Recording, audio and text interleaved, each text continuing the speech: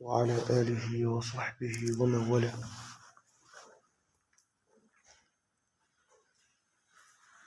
So yesterday we talked about the hadith that says the best act of worship to Allah subhanahu wa ta'ala is the one you do regularly, the one you always do.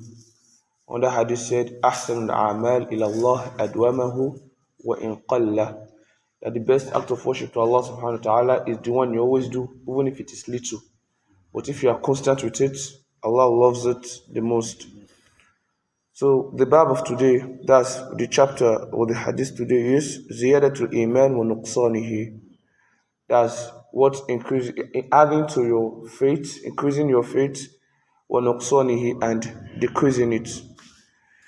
So he said, باب زيادة الإيمان ونقصانه وقال الله تعالى وزدناهم هدى ويزداد الذين آمنوا إيمانا وقال اليوم أكملت لكم دينكم فإذا ترك شيئا من الكمال فهو ناقص.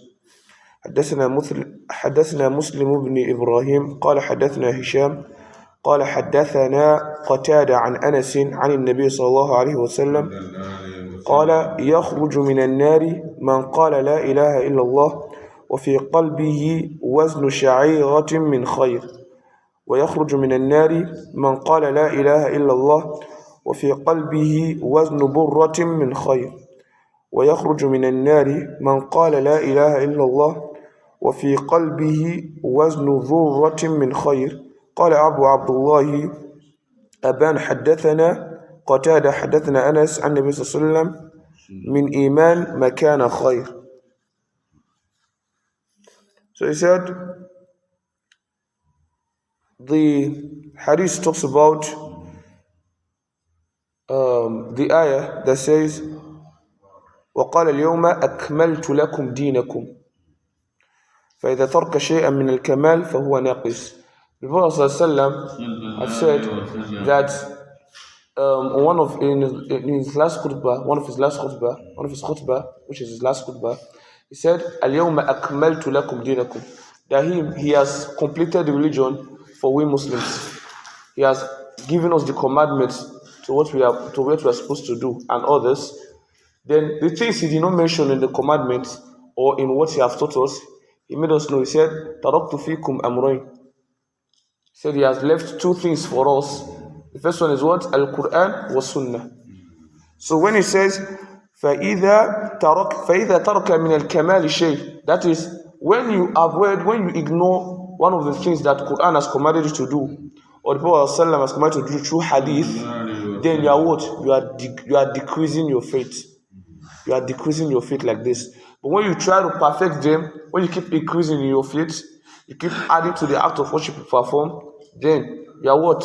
Your faith increases. But when you ignore, even if it's a piece of them, then your faith what? Decreases.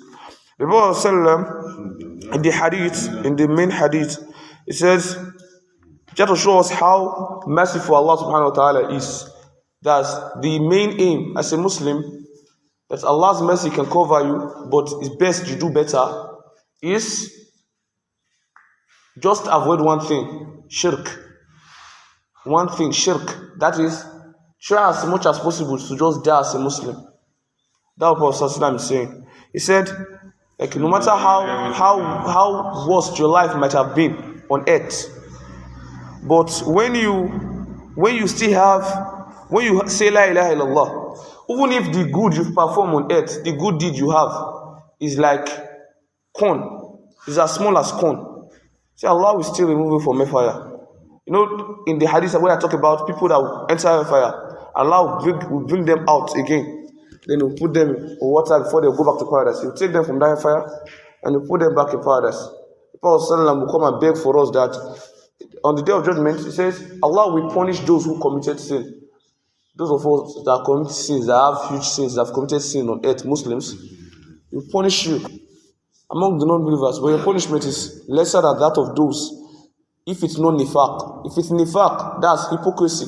You will be the bottom part of what? The hellfire. The bottom part of hellfire, that's the last part of hellfire, is the worst part of hellfire. Before even those you think are the worst. So hypocrisy is the worst. So there will be fi darkil asfal min an-nar. They will be in the bottom part. So the Prophet ﷺ and other Muslims who commit normal sins, they'll be in the highest part of what? Now. And the highest part, that's now hellfire is with depth. So the highest part is what? Is the easiest part. But it is still very brutal. Very, very brutal to our more, like you can't even imagine how rough it is. So these people, he said on the day of judgment, Prophet will go and meet Allah subhanahu wa ta'ala, and he will ask Allah subhanahu wa ta'ala. Then Allah will ask him, what does he want? He said, then he will say ummati, that is his ummah. And Allah will say, okay, what happened to your ummah? What do you want us to do for your ummah? He said, just help me pardon those that say la ilaha illallah. He said, just forgive them. Those that say la ilaha illallah, just that still believe in you at all, just remove them from hellfire. So in as much as you die a Muslim, you still have hope of what? Of gaining Jannah. But you first of all face punishment of grave, face punishment of hellfire. That's why it is best. You what? You avoid these bad deeds. The Prophet is making us know that. What the Prophet I want us to know is, don't think you've committed a lot of sins and you just stop worshiping Allah. Committed a lot of sins. I cannot make father. There is no. He doesn't want to judge. He doesn't want to judge. We had a story of a man who was very, like he lived a life where if you are to judge based on what you've learned or what you've heard, you will give this man fire yourself. That's how. And the man knows he is doing something wrong. He was a Muslim, but you know he's doing something as wrong as this. So on the day of judgment, when he was about to die, he told his family, he said, "Don't bury me." Why?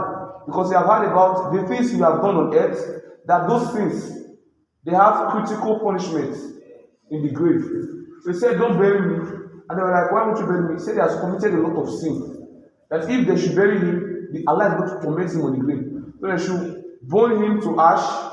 Then they what? Split the ash in different rivers. So as what? So Allah will not see his body to punish or something like that. And he forgot he's talking about Allah. So when he died, they did what they were commanded to do, and he was separated. The particles were separated. So when Allah wanted to judge him, it was time for Allah to give him his questioning. Allah commanded the body to join. The body appeared in front of him. The body appeared. That despite he was trying to run away from sin from Allah, Allah commanded him, just the same way in Surah of Ibrahim, where Allah asked him to shatter beds in different rocks, and he commanded them to join together to show Ibrahim how he resurrected. That's the same thing he did there. So when he asked the man, why did you ask them to split your body? Generally, you want to avoid the punishment. Are you trying to run away from punishment? He said, yes. That he know that he has done a lot of bad deeds, and he knows the punishment for the bad deeds he has committed. So because he's so afraid of Allah, he doesn't want to face those punishments. That's why he asked them to split his body like this. And despite all the sins he committed, despite when you say someone commits massive sins, you know what we're talking about? Sins like zina, sins like killing. These are sins that are unforgivable. But just because of the fear of Allah he had in him, despite how worse the situation is, Allah said, since he has fear for me, let him enter paradise. Allah granted him paradise. So if someone as worse at this can gain paradise just because of the fear of Allah, what about you Muslims that are doing that still have good deeds to do at all? So the best thing is, the best part about life. Ishaq said, وَمَا الْمَرْءُ إِلَّا حَيْثُ يَجْعَلُ نَفْسَهُ فَقُمْ طَالِبًا فِي الْمَجْدِ أَعْلَى الْمَرَاتِبِ. He said, what is a Muslim? What is a person? Except where he drops himself, where he keeps himself. That if you are looking for something of honor, look for the highest part. So we as Muslims, not just say, at least if I don't see the amount of paradise stay at work. No. That's not what a Muslim says. Child aim for the highest part. Then if Allah drops any part, mashallah. But just aim for the highest part. Do good deeds as good as the highest part. So the way we have limited good things on earth, in the plane you have economy, you have business, you have first class, that's the same way it is in what? In paradise. So we should try as much as possible to keep doing good deeds, one. And number two, no matter how sinful we think or how much sin we think we've committed, Allah can still forgive us. Just try most of the to make tawbah. Continue making tawbah. And don't say, okay, you've committed too much sin and you stop praying. Keep praying. Just keep praying, keep doing istighfar. Just continue doing the ibadah you are supposed to do. Prophet said that someone will enter paradise, he described it with different things that are very, very small. So no matter how small it is, how small the good thing is done on earth, but Allah will still what? Will still grant you paradise. So don't